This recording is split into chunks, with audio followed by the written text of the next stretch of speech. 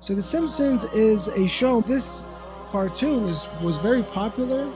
Two, it was an epitome or reflection of American culture. That's why people watched it, of what's going on. In one of the du'as that Bart says, Bart Simpson has a du'a. They ask him to pray. You know, Christians, they do this, pray before you eat. And here he says this. I don't want to make a joke because it's Muharram, but it's interesting. He says, Dear God, we bought all this stuff with our own money, so thanks for nothing. That all of this I have done myself. This is modern man. This is the modern era. God, you didn't do anything. I worked for it. I worked hard. I worked overtime. And I bought it and I ate it. Thanks for nothing. Na'udhu billah. So it shows you to be appreciative is not something that's going to be very easy.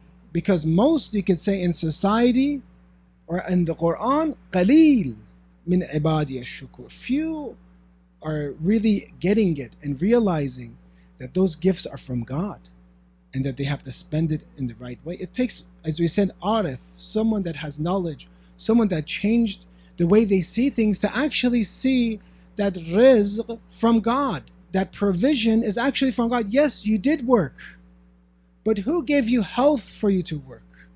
Who gave you permission to work? Who gave you your intellect to have ideas that they hire you for you to work? And actually all actions at the end are from God. And God attributed ar-raziq, rizq, to himself.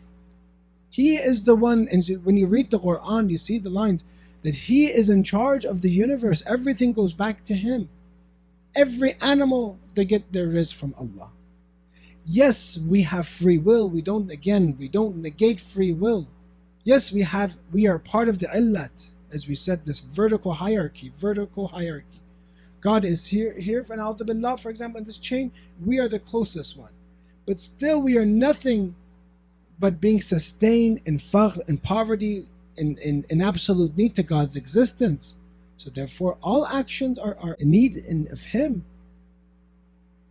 So therefore this, as we said, a God that is engaged, a God that is controlling everything in the universe, this is something that we are far from. And it takes that arif, that person, to understand that He has provided me this. How many of you really sincerely, if you get your paycheck or if you have your own business or whatever means you get money, how much do we truly say, God gave me this? How many of this? So the first step, and we'll talk about this, is realizing that that blessing is from God, not from me. That is the problem when I attribute it to myself.